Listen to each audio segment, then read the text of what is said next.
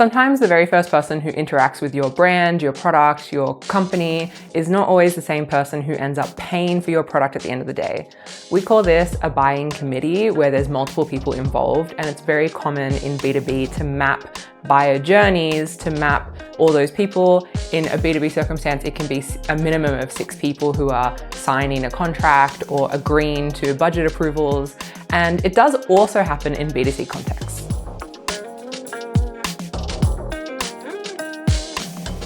Spotify is a really great example of someone really understanding the buyer journey and how the persona changes throughout that journey, and they adjust all the marketing to accommodate for that user. In this example, what we're going to look at is Spotify's homepage, as well as a specific pricing page for a specific tier that they offer. Let's go through the homepage first. So we have a very typical header, the ultimate home for music. This is actually a video that plays behind, and their first CTA is try 1 month for $0, and then their second is view all plans. So immediately, this is a conversion-focused homepage. Then we go into the content. So as the world's music hub, Spotify is where fans and artists come together. They are giving themselves legitimacy. They're giving themselves authority so that you are assuming that they're, a really good product. Then we get into the value propositions. Honestly, I don't think Spotify's homepage is particularly great. I wouldn't be using it as a reference if I was making a homepage. It's very empty. It's very vibe driven and it's very brand driven. So the video that plays at the top is very Spotify. It's very pristine and sleek and cool. There's not much else to it.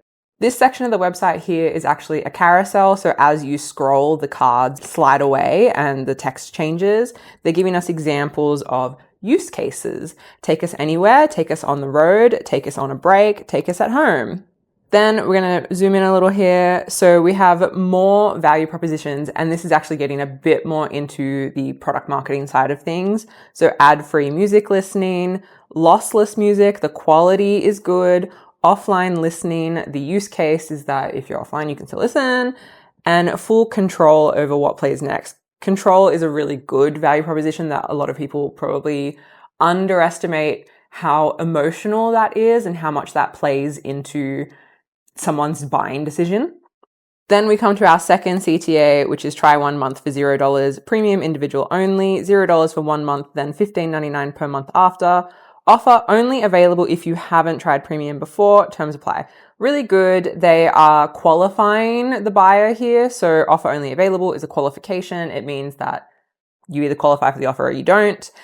Getting people to self-qualify by giving them information is a really good tactic to use when you are trying to sell. And that way, it's not wasting their time or your time if they're disqualified. So if you're running a business, really don't be scared of telling people this is not for you. The next section on the website is features. So we have DJ spins, we have uninterrupted music videos, and soundtrack your mood. So they have AI soundtracks now. Then we go to the best place to listen with your crew. Collaborating, sharing, and listening together is a value proposition when the features accommodate that. So we're going to go into those features, which is listen together anywhere from jam and blend. If you've already used Spotify, you will know what these are, and then you would be disqualified likely from the offer that they're running because you'd already have these features. The next section is everything you love right here, audiobooks, podcasts, and workouts too. In this section, they do go a little deeper into the features. So here we have 1.4K additional classes powered by Peloton.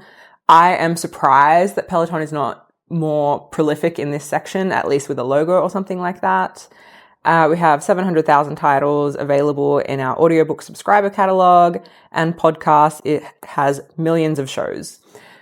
The volume here is possibly a value proposition, but they're not really pushing that message. We're finally at the bottom of the homepage, which is where they've introduced the pricing and the different tiers or packages that you can buy. So let's get in. The first one they have here is individual, which is 1 user, and it's what all the call to actions so far on the homepage have been pushing towards. The offer they're promoting is $0 for 1 month, and then afterwards it's $15.99 per month. The inclusions here is 1 account, 15 hours of audiobooks. That's kind of it. Try 1 month for $0. And then we have the terms and conditions here. What they could put in here is something that Apple did really well with the original iPod, which is the number of songs that you can fit in your pocket. They obviously wouldn't be able to do that because Apple has already owned that concept, but there's no quantification of what you're getting in this. So throughout the homepage, we've seen things like millions of podcasts, 70,000 workouts, whatever the number was. And there's none of that here to reiterate the value. On the next tier, which is student, we have the same offer, but then it's cheaper. You get 1 premium account. It's eligible for students only. This is a weird thing here to put in this dot point list they've got because that's not an inclusion, that's a qualification. They're mixing what's in this list. If I was going to be redoing this page, I would be very strict about what type of thing is mentioned together. So where we have dot points, I would be telling, the copywriter or whoever, the dot points must all be a feature. The dot points must all be a value proposition. We cannot be mixing features and value propositions in the same list because then you're confusing the person who's reading it. They're like, what am I getting? Is it this concept? Is it this tangible thing? Is it this intangible thing? It comes across as you're trying to pad the inclusions to make it look bigger than it really is. And then it just kind of feels gross. The next plan is Duo. This is where you get 2 users under 1 subscription. It's $22.99 a month and it does not have any offer at the moment. So there's no trial or anything like that. It includes 2 accounts. It includes the same amount of audiobook listening hours as the individual plan. And this is only available to the person who owns the account, not the person who's attached to the account. That's really interesting to me because you're basically paying, $22.99 versus $15.99. You're almost paying double the price. So you're almost justifying the, 2 for the price of slightly less than 2, but you're not getting double the value. So that's really interesting to me that the audiobooks does not increase, not even by 1 hour. The other thing is we've got a qualification here, which is couples must reside at the same address. Finally, the last tier we're going to look at is family, and then we're actually going to look at the family landing page as well. So again, no offer here, $27.99 a month. That is actually really good value because you're getting up to 6 premium accounts. You also get new features only available in this plan, which is the parental controls. You still only get 15 hours a month of listening time for audiobooks and only for the person who manages the account. And if anyone on this account is under the age of 13, they get premium benefits. What is premium benefits? No idea. Maybe we'll find out when we click Get Premium Family. Again, qualification, everyone has to reside at the same address. Before we jump into the family plans dedicated pricing page, I just want you to scroll with me through this website. So we have, dark colors. We have a lot of branding elements. We have soft edges, white text on black background. Just really get a vibe for Spotify's branding. Okay. And then let's see how that changes. We are now going to the family plan pricing page. It is completely different in vibe, and that is because the person who landed on the homepage and the person who is being sent the link to the family plan is potentially not the same person. Potentially, a teenager has really decided that they want Spotify Premium. Part of this teenager's pitch might be that the cost of 6 accounts is actually less than double the cost of 2 individual accounts. So financially, it's a better option for the family. And this page is very much geared towards the parents and not the teenager who's asking for the family plan. What's also interesting is that the CTA is a lot softer on this page, despite the fact that it's a pricing page. If someone's on a pricing page, we assume as marketers that there is a high intent at looking at the price and converting. So the fact that they've gone with a softer approach to the call to action is very interesting to me. They've also highlighted cancel anytime as a key thing in the hero. Also, look at how different the graphics are. It's much more UI focused. It's much friendlier and way less. I mean, it is still branded because it's still the Spotify UI, but it's not glistening and cool. It's very stripped back. It's very simplified for a simplified audience. The next section on this page is listen together or listen separately. With separate accounts, you can all enjoy your own music and podcasts without having to take turns. You can switch between accounts on the same device.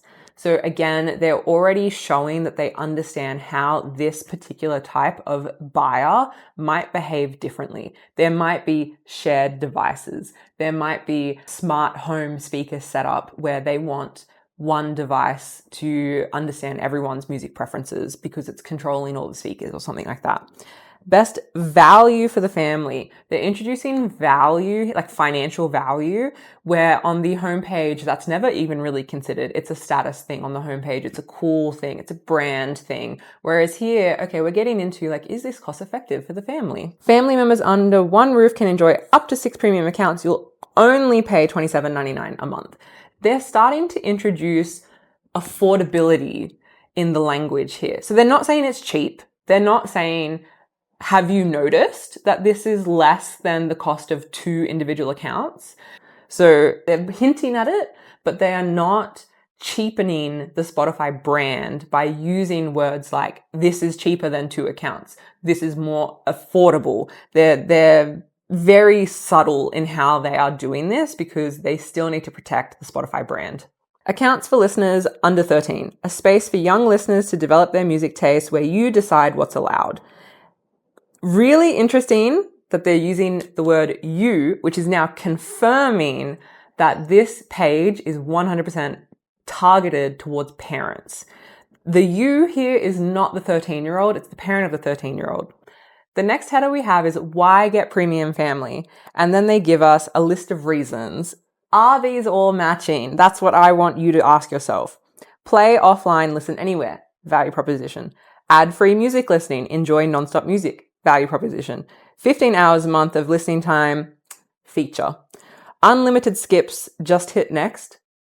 I'm kind of blurring the line between value proposition and feature. Unlimited skips is a value proposition. The word unlimited is an inclusion. Up to 6 accounts, also an inclusion. So they are mixing here. This could be stronger. I think also they could have a CTA here. The next side has already got Spotify Premium. This is objection handling. So objection handling is when someone has an objection and you want to get ahead of it so that they never have it. They never raise it. If they have the thought in their head, you answer it before they've actually asked the question. So the question here is, oh, but what if I already have Spotify Premium? And they've already answered it so that this never becomes a conversation. You sidestep it completely by already having it handled.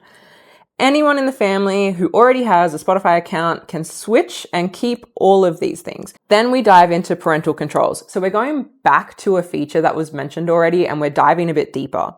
Don't want your plan members to listen to explicit content. You're in charge. Choose if any member can play songs that are labeled explicit. And then we have a simplified UI graphic here. Cancel anytime.